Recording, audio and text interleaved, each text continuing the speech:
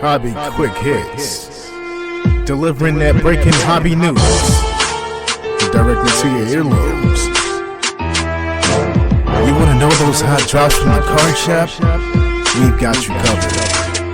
With your host, John Newman.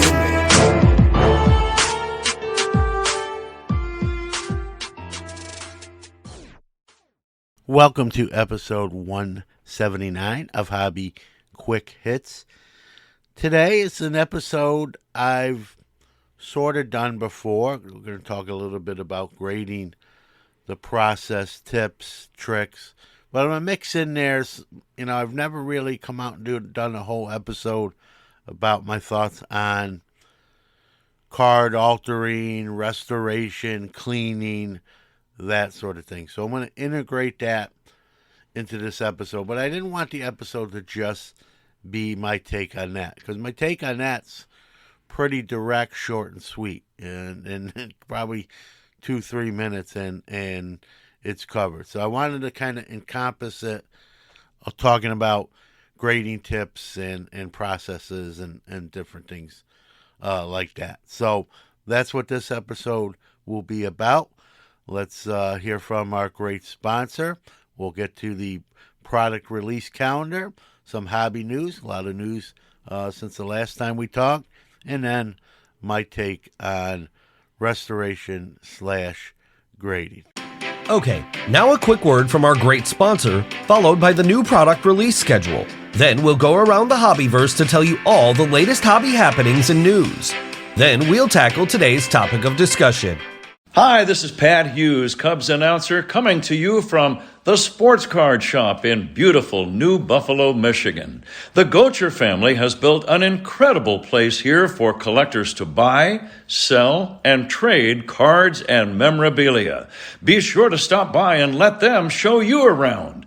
TheSportsCardShop.com, connecting sports, athletes, the hobby, and collectors around the world.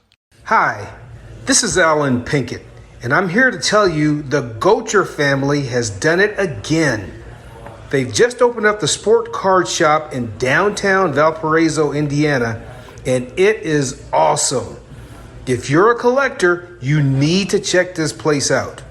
Tell them Alan sent you and get a free gift on your first visit. All right, I'll be doing the new release product calendar on this show. Let's talk about what's coming out the next 2 weeks. Let's start with May 22nd. We have a couple products here. 2023-24 Panini Select Basketball H2. Same day, 2023 Topps Chrome Platinum Anniversary Baseball. Liked last year's edition. A couple days later, on the 24th, 2024 Leaf Metal Pickleball. No, although I play, I am not in this set. Same day, 2023, Panini Chronicles WWE. Also on the 24th, 2023, Panini Clearly Donruss Football, one of my favorite products. Look forward to every year, as you know how I feel about acetate cards. Also on the 24th, 2023, 24 Panini Select Serie A Soccer. Staying on the 24th, Pokemon Paradox Clash Tin, Pokemon Scarlet and Violet Twilight Masquerade, various forms and products there. Also on the 24th, Yu-Gi-Oh! 25th Anniversary Rarity Collection Part 2. Moving to the 29th, 2023-24 Panini Obsidian Basketball. Also on the 29th, 2024 Panini Stars and Stripes Baseball. And closing out May, these are all May 31st releases. 2024 Leaf Metal Signature Series, 2023-24 Panini Select Premier League Soccer. And that will do it for the next couple weeks. As you know, I always say, choose your weapon, happy ripping. Let's go round the Hobbyverse and catch up on this week's hobby news. And find out. All right, PSA has a new graded card holder, 3 years in the works. Nat, if you remember when Nat Turner was on Sports Card Nation podcast, he actually had a prototype and said it would be on the horizon, and now it will be here at the end of May. What's the difference? It will look the same. It's the same size, so if you have any kind of displays, you won't have to change those out. It's just a heavier medical grade plastic, which is a little more UV resistant, more shatterproof and scratch proof, and UV rated, so keeps some of that sunlight from fading your card as fast. So like I said, we'll be at the end of May. We'll get that new holders. All right, Topps has the Premier League soccer back. They used to have it, and they lost it when Panini outbid them. And in May of 2025, Fanatics has acquired the licensing, and so Premier League Soccer will be back with the Topps logo starting in May of 2025. GameStop, yeah, that GameStop, the one that does video games, is getting into the card business, sort of indirectly. So you can bring PSA cards graded 8 or above, but not valued more than $500, to GameStop for a potential trade-in sale. So you can either, if they want your cards, they will give you a choice, either a GameStop gift certificate or a gift certificate that can be used anywhere at any store.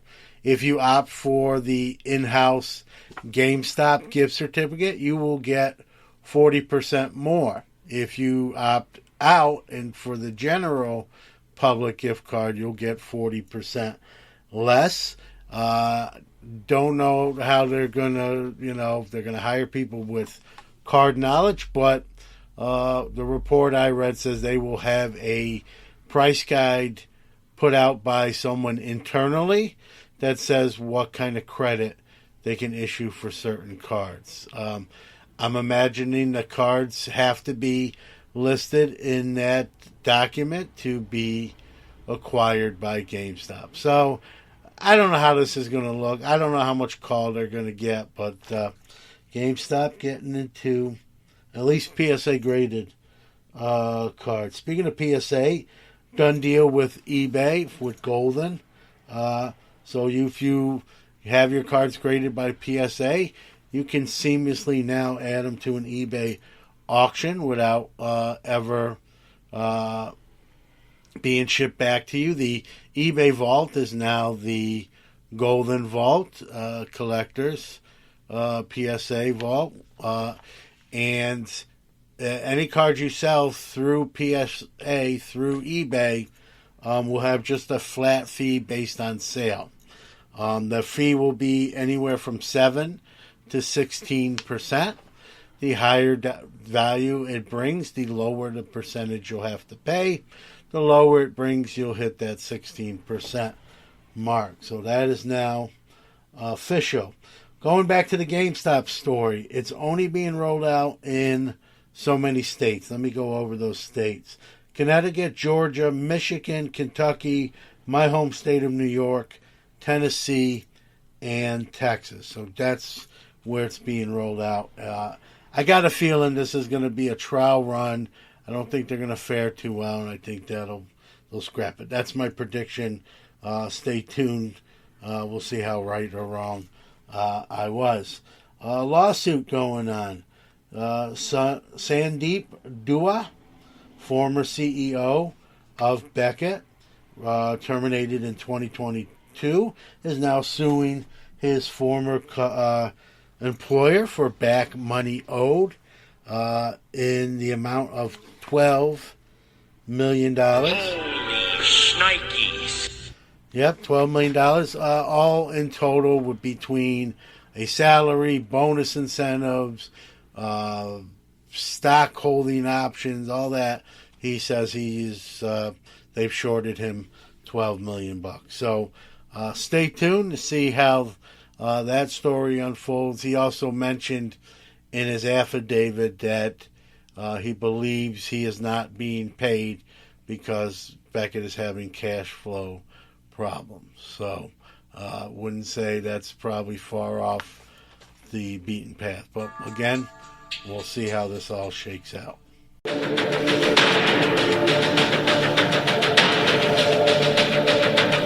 now, our featured presentation. All right, so today's topic, some grading tips, techniques, advice, if you will. But, I haven't done really a show yet where I've given my take on the card cleaning / restoration, my thoughts on it, whether I support it, against it, that sort of thing. So wanted to do an episode where I kind of combine these two topics, tackle and put them together. So before we get into grading tips and techniques and that fun stuff, let me tackle, the hot topic recently when it comes to card cleaning and rolling out creases, and obviously trimming to me is a no-brainer. That is, I don't support that. You are altering the card. It's why grading companies will either not grade them or grade them and give them an altered grade. It's not how the card was originally out of the pack or produced.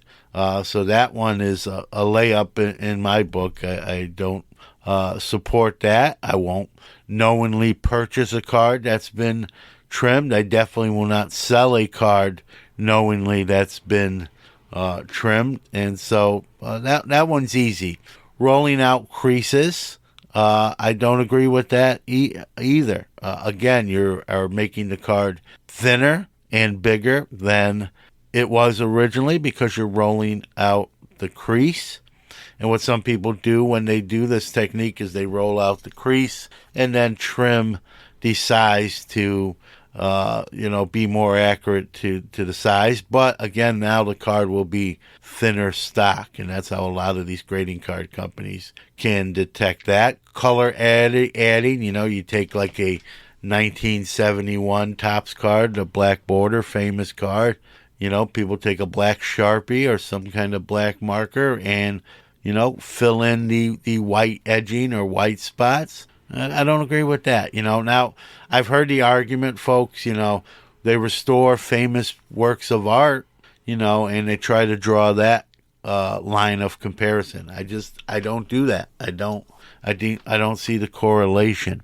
Now, works of art, and again, I'm not an art expert or master, but there are only one of each of those pieces of art done by those artists. And so they're trying to keep those intact as close to the original, and they still obviously hold their value. But we're not talking about one-of-one cards here. We're talking about, in most cases, mass-produced cards. And so I can't support card altering or recolorization. So that's another one. Now let's get into the cleaning. Now here's where it gets more interesting. Now, when I'm grading, I will take a microfiber cloth and, especially on a chromium card, wipe a card down and, get off maybe fingerprints or any kind of residue, print residue. That's fine in my book. But I never use chemicals, so I'm using, I'm going to be honest, I'm using saliva, right? I'm kind of wetting that microfiber, real quick, and then using that to wipe the card down. And then, using the other part of the microfiber cloth that's not moist to dry it and take the moisture off. Now, that I have no problem, but, chemicals, alcohol, who knows what other type of chemicals, I don't support that. I don't use it. I don't want to buy a card that's had chemicals added to it, even if temporarily. And we don't know, I know some of these cleaning companies that produce these products say, oh, there's no long-term effects. The grading companies can't tell that we've used them. Now, listen, I've said this, I think, on Hobby Hotline, right? we have forensics in this country. It's not a new thing where blood can be detected even after cleaning. Bleach can be detected, which is a cleaning agent, right? These card companies want to tell if an alcohol agent or cleaning agent has been added to a card. They can tell if they wanted to. So that's number one. That's not a true statement. The other thing is we don't know what some of these chemical agents will do long term. Yeah, right now it looks fine, but chemicals break down. I'm a science guy. Like, that's my one of my favorite subjects.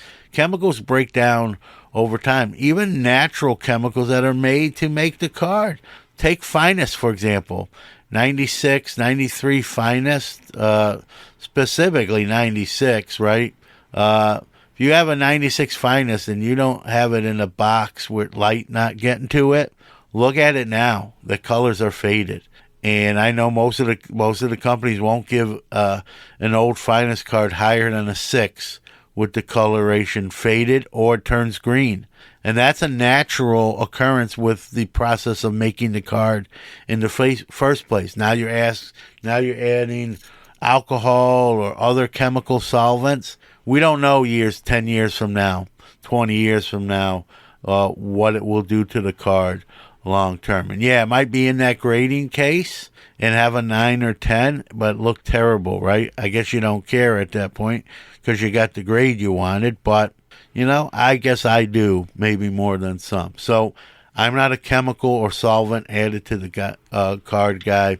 And I'll just close with this. Someone said, well, what about taking wax off an old card, a card when gum used to be in the packs? That is different because the wax is technically not part of the original card. If you can take the wax off with a microfiber cloth and no chemicals somehow, I'm okay with that, but I just don't like the use of chemicals post-production process. And so that's where, I kind of draw the line there. So, if you can get a wax stain off with old-fashioned elbow grease and a cloth or microfiber cloth or some type of rag or cloth without doing additional damage to the card or adding a chemical to the card, I'll give a thumbs up on that as well. But no trimming, rolling out creases, thinning the card, adding chemicals to the card. That's where I draw the line. That's a no-go for me, and I don't see the comparison between one-of-one fine works of art and cards that there's usually thousands of copies of. So I don't connect those dots. So that being said, let's talk about grading. I've talked about my process before. When grading first came out, I was not into grading. I thought it was a money grab. Obviously, these years later, I've done a 180. That's the beauty of the hobby. You can change your mind. Grading is important for the provenance of the card, the authenticity of the card, to give you a ballpark range. Again, grading is subjective, so a ballpark range of what condition it is, and and in turn a value that can be placed on that card, whether it's for selling, whether it's for buying, whether that's for insurance purposes. All important reasons that I support card grading. Is there too much? That's not for me. Is there too much cards getting graded? That's not for me to say. People want to spend their money on getting a Greg Gagne card graded because he was their favorite Minnesota Twin. Who am I to tell them that's kind of, doesn't make any sense? It makes sense for them. And there's nothing wrong with that, right? That's their personal childhood memories, and they want to, savor them and encapsulate them. So no problem there. So, to each their own. Whatever you want to grade, you grade. And, that's how I am. I have cards that are graded that some people might say, why'd you grade that? Yeah, I don't really make. And I have others that are no-brainers too, right? So to each their own, as I always say, right? Hobby your way. Some tips. Well, when I grade my own personal cards, now I want to, fully be transparent. I am a bulk subber for SGC, so I do shows locally and sometimes travel a little bit where I take, other people's cards for bulk rate submissions to SGC. I average about 500 to 800 cards a month intake there, where I send those cards to SGC. They grade them, they send them back, and I get them back to the people who submitted them. So this is a process I'm very familiar with. I was familiar with it prior to being a bulk subber, as I graded my own stuff for many, many, many years. Full disclosure, I've used PSA and SGC, now under the same parent company of collectors. I used to use Beckett, but stopped probably about 5 or 6 years ago. So right now it's just those two companies that, I've submitted to. I did submit a small CGC order of Marvel foil cards to get graded by them. Kind of just to test the waters and that sort of thing. All right.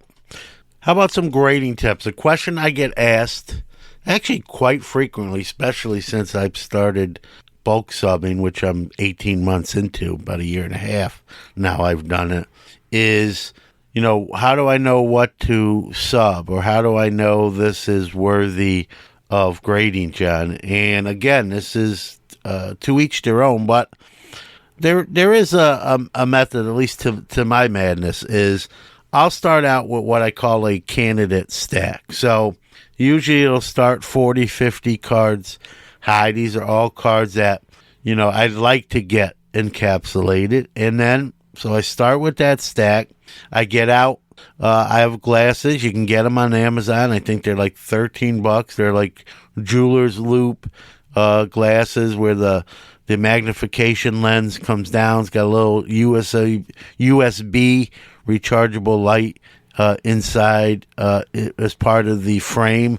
I turn the light on, flip the magnification down. It has different lenses that comes with it of different levels of magnification, so you can pick which one you want to use. And I look at the card, right? Front and back, edges, corners, surface, and then determine, obviously if it's a modern or ultra modern.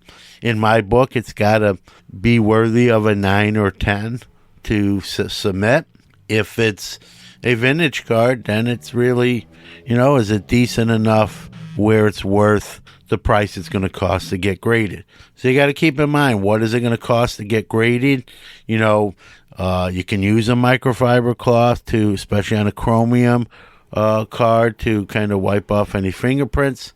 Then I put it in a soft sleeve and then into a extra large semi-rigid, which is what most graded card companies require, because they cut them out of that so they don't have to handle them as much. So, if I start with a stack of 50 cards, the first thing I do, let me backtrack. The first thing I do with that first, that candidate stack, is I'll go through without magnification. And if I can see something that's glaring or blatant or, not good to the naked eye, it's probably not going to make the cut. So if there are any of those, I pull those out. And then I use the magnification, microfiber cloth, and that sort of thing. And then when, between the normal eye test, the magnification, maybe I have 20 to 25 cards that passed those two first inspections. And then maybe I take a third sort of look, maybe under higher magnification, and then determine, yes, I'm sending those in. So, from a stack of 50, it might be between 15 and 25 that actually get sent in. But again, that's, everyone has a different process. That's mine. But the one tip I'll tell you is, someone say, well, why are you looking at with that kind of magnification or that close? Because that's what they're going to do, right? So that was one of the first mistakes I made when I first started grading back in the day. This is double-digit years ago. I would see something and say, they'll let that go, or that won't bother them, or I was very lenient with what I saw and gave myself a pass. They're not going to do that. You can do that for your own cards, and they're not going to do that. And so you have to be honest. So when I first started gradings, I got a lot of 8s and sometimes even lower on like current cards. And I'm like, what am I, why? And it's just because I wasn't critical enough. So you don't have to be extra critical, but if you see something, you see something, and so will they. So keep that in mind. Put them in those large semi-rigids. The less handling they have to do, the better for both parties, you and them. And, it's a fun process, too. I don't want to make it sound like it's I enjoy it. It's fun to see what makes the cut. And there's sometimes I'll get a card where it could go either way, right? And then it's almost like a coin flip. And then it's really up to me to determine, like, yeah, let's take a crack at this. Now, it's not something I really do. I've only ever done it one time. I know other people do it a lot more, but keep in mind that if you get a card graded and it comes back and you don't like the grade, you know what you can do with it, right? You can crack it out of there and take it out of there. I've only done that with one card, and I'll tell, full disclosure, was a 1994 SP Alex Rodriguez rookie, and it got a 6 from Beckett, and I thought it was kind of a low grade, so I did crack it out of there, and I sent it to SGC, and it got a 6.5. So that was pretty close. These grading companies are pretty good at what they do. Are there mistakes? Are there humans? For sure. But overall, they do a pretty decent job. So that was the only card I've ever cracked. But some people will do it way more than that. Again, it's your property, right? You don't like the grade, you want to crack it out. And that's another tip. Population reports are great. They give you a general overview of how many of these cards are graded, what the grades are, what the trends are. But also, when you're reading these pop reports, folks, keep in mind some of these are no longer in those cases. They've been cracked out, maybe even sent to another grading company. So I don't want to say take them with a grain of salt, but they are not the holy Bible, if you will, of graded cards. It's just a good general guideline and overview that you can use. So keep that in mind. That being said, we'll see you very soon. All right. Thank you for listening to another episode of Hobby Quick Hits. Want to give out our social media, starting with our website, which is www.sportscardnationpodcast.com. Facebook, you can follow us at www.facebook.com/SportsCardNationPodcast/ Twitter, we are at SportsCardNati1, so it's SportsCard NATI1. Instagram at SportsCardNationPodcast, or you can email the show hobbyquickhits@gmail.com. Again, thanks for listening. We'll see you next week.